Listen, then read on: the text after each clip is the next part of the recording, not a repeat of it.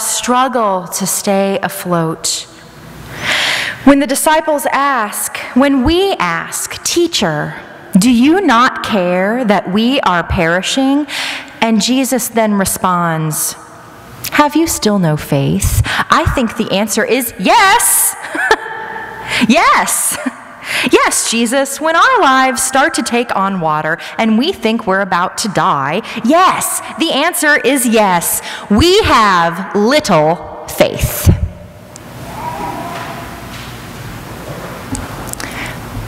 And Jesus says, "With what can I compare the kingdom of God?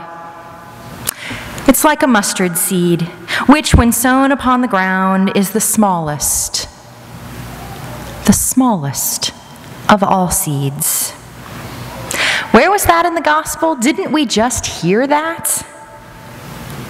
Yeah, that's in Mark 3:30 through 32. And where are we in today's gospel? Oh yes, Mark 3:35 through 41. We read the mustard seed passage last week, didn't we? The story of Jesus in the boat takes place right after the teaching about the mustard seed. You see, God knows what to do with little things. The disciples make their bread and butter on boats. Well, God makes her bread and butter dealing in the little things. Little things like our faith when waters are rough. What is there to learn from this story? Maybe it's that we ought to let our little faith grow.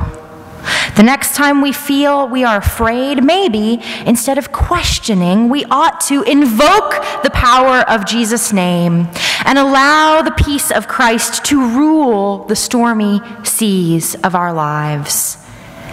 Maybe we ought to insist Christ calm the chaos. And that's fine. It's fine to be proactive. But I don't know about you. But fear is a powerful thing. As much as we'd like to live, to embody, to be convinced that neither death nor life, nor angels nor rulers, nor things present nor things to come, nor powers, nor height, nor depth, nor anything else in all of creation will be able to separate us from the love of God in Jesus Christ our Lord, we still get afraid and think Christ is asleep, dead to the world.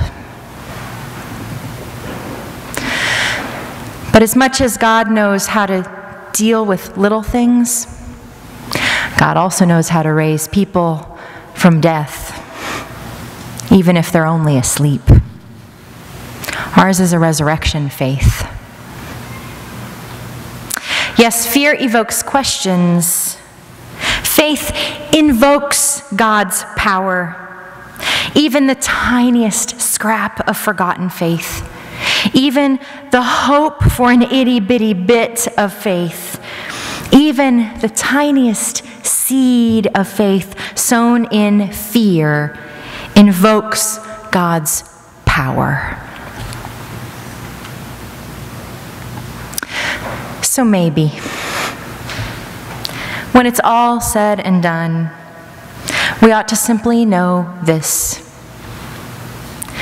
Even when we are so afraid and wonder if God cares that we are perishing, God is in the boat with us. Even in our questions, especially in our questions, and always in our fear, God is with us. And the peace of Christ will rule just the same. Peace be with you. Amen.